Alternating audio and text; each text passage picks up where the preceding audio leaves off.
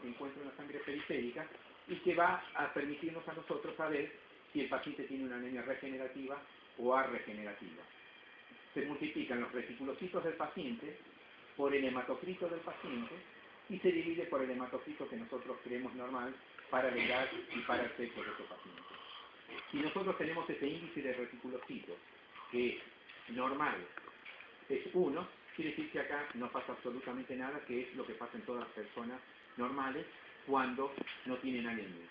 Cuando hay una anemia regenerativa, generalmente tenemos más de 2,5, más de 3. Y cuando tenemos una arregenerativa, quiere decir que la cantidad de reticulocitos que tenemos en la sangre periférica están por debajo de los normales.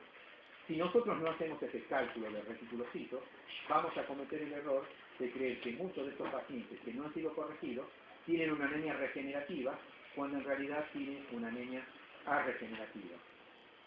Entonces vamos a encarar más el diagnóstico y el tratamiento de estos pacientes, lo vamos a hacer gastar plata, vamos a hacer funciones externales, cuando realmente quizás podríamos haber visto que se trata de una anemia hemolítica y no de otro tipo de anemia, ¿no es cierto?, que no provoque regeneración. La siguiente diapositiva.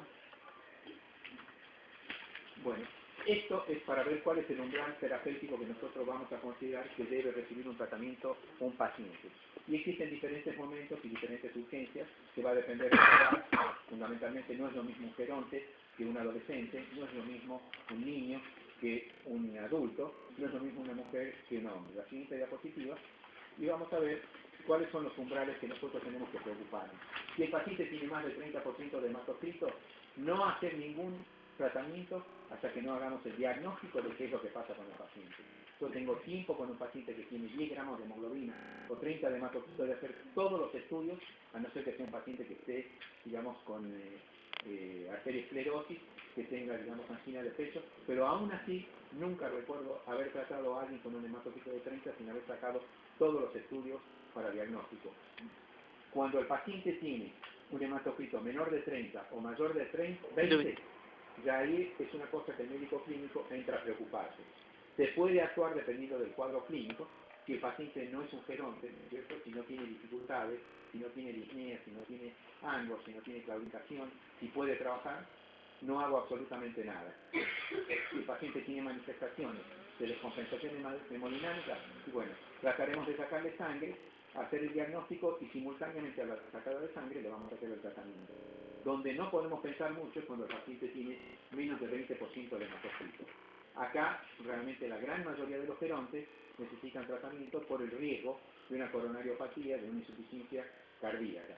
Los niños pueden soportar tranquilamente hematocritos hasta del 15% si no realizan grandes esfuerzos, ¿no es cierto?, y nos permiten hacer todo el diagnóstico.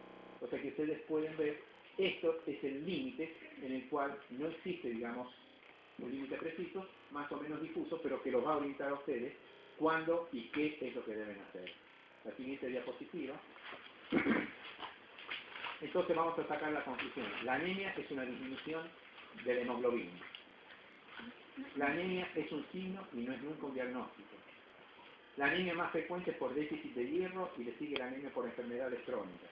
O sea, que cuando ustedes hacen el estudio, los índices hematométricos, pueden ya calificar de qué tipo de anemia se trata y ustedes van a poder hacer si es microcítica, el diagnóstico de anemia por déficit de hierro y seguir a través de la anamnesis incluso cuál es la causa.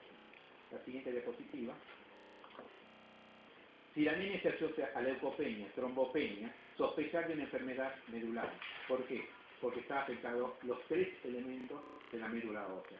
Existe una tricitopenia, entonces si tengo anemia, leucopenia y trombopenia, hay que pensar, y estos son los pacientes en los cuales yo voy a hacer una función external, porque puede tener una aplasia medular, puede tener un síndrome mielodisplásico, puede tener una infiltración por cáncer, por un linfoma, o puede tener una leucemia. Entonces es preciso hacer en estos pacientes una médula ósea. Si los reticulocitos están aumentados, ¿no es cierto?, el índice de reticulocitos está aumentado, sospechar anemia regenerativa. Si la anamnesis no nos guía hacia una pérdida digestiva o alguna pérdida de sangre importante, tenemos que pensar en las anemias hemolíticas. Si los reticulocitos están disminuidos, sospechar de una anemia refractaria.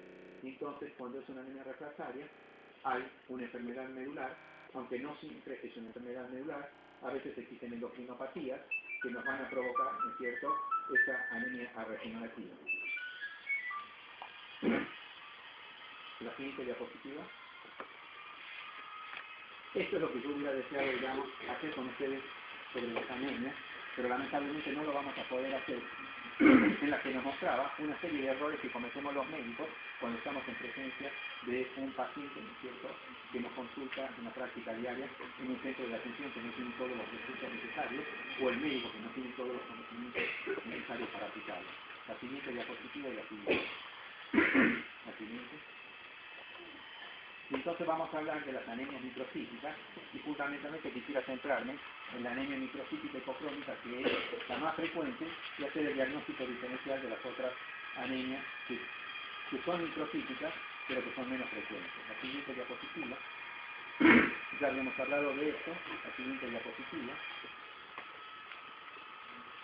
Bueno, el hecho de que la anemia, ¿no es cierto?, tenga características morfológicas particulares, ¿no es cierto?, como ser microcitosis, como ser hipocromía, ¿no es cierto? Estoy dando clases, sí, estoy dando, sí. Claro. O sea, que esto nos está hablando, ¿no es cierto?, de un mecanismo fisiopatológico de reducción, ¿no es cierto? Y ese mecanismo fisiopatológico es en el que interviene el déficit de síntesis de hemoglobina en estos pacientes. La siguiente diapositiva.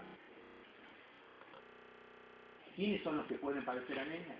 Y bueno, pueden padecer anemia ferropénica todos, el geronte, el niño, la embarazada, el adulto, todos podemos padecer anemia. No hay nadie que esté exento. Desde el mismo día que nacen, ¿no es cierto?, cuando existen pérdidas exageradas durante el parto, todos, hasta los recién nacidos, pueden padecer anemia.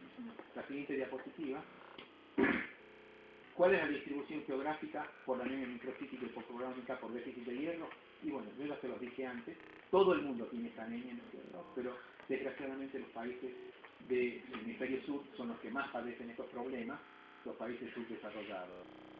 Y es donde es más grave este problema, y lamentablemente es una cosa prevenible, y a veces en África especialmente, y parte de Asia, no se toman las medidas adecuadas, ¿no es cierto?, para evitar este déficit que repercute tanto en la salud. La siguiente diapositiva.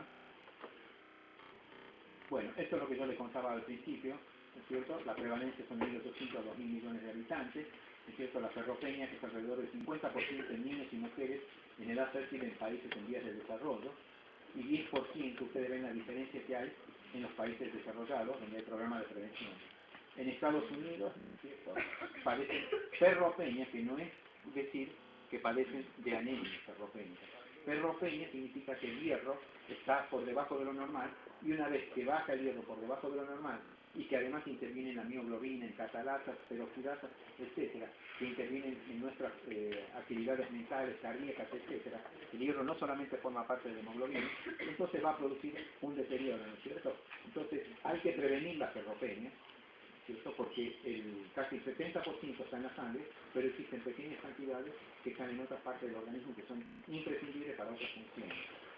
En Estados Unidos, el 5% de los varones tiene ferropenia y el 12% de las mujeres, lo cual, con medidas de prevención, aún todavía padecen, ¿no es cierto?, de ferropenia. Y las anemias ferropénicas, ustedes pueden ver que son muy inferiores a la prevalencia de ferropenia. Tenemos 5% en el hombre y la anemia ferropénica es 1,5%. Y tenemos 12% en la mujer y tenemos 5% de anemia. O sea, ferropenia no significa inexorablemente, es el primer paso a una anemia ferropénica. La siguiente diapositiva. La siguiente. Y estas son las anemias ferropénicas, microcíticas hipocrómicas, las que vamos a tener 5.900.000 glóbulos rojos, y el paciente va a tener anemia. La que más glóbulos rojos da, que da una poliglobulia, es la talasemia, que es una anemia microcítica hipocrónica, y cuando nos consulta en el consultorio, si nosotros no hemos hecho una buena anamnesis, no hemos averiguado sobre los antecedentes personales, sobre los antecedentes familiares, vamos a tratar pacientes que tienen talasemia con hierro, y lo único que vamos a estar haciendo por sospechar que tiene una anemia sideropénica porque es microcítica e hipocrónica, vamos a estar perjudicando porque ese hierro de depósito va a ir a las glándulas endocrinas, va a ir al hígado, va a ir al corazón, y a la larga va a provocar insuficiencias cardíacas, insuficiencias hepáticas, insuficiencias hormonales. Entonces, cuando yo estoy frente a una anemia microcítica, tengo que tener un algoritmo diagnóstico y tengo que saber qué es lo que voy a hacer. No juzguen al laboratorio que está mal si lo hizo por técnicas digamos, que son adecuadas.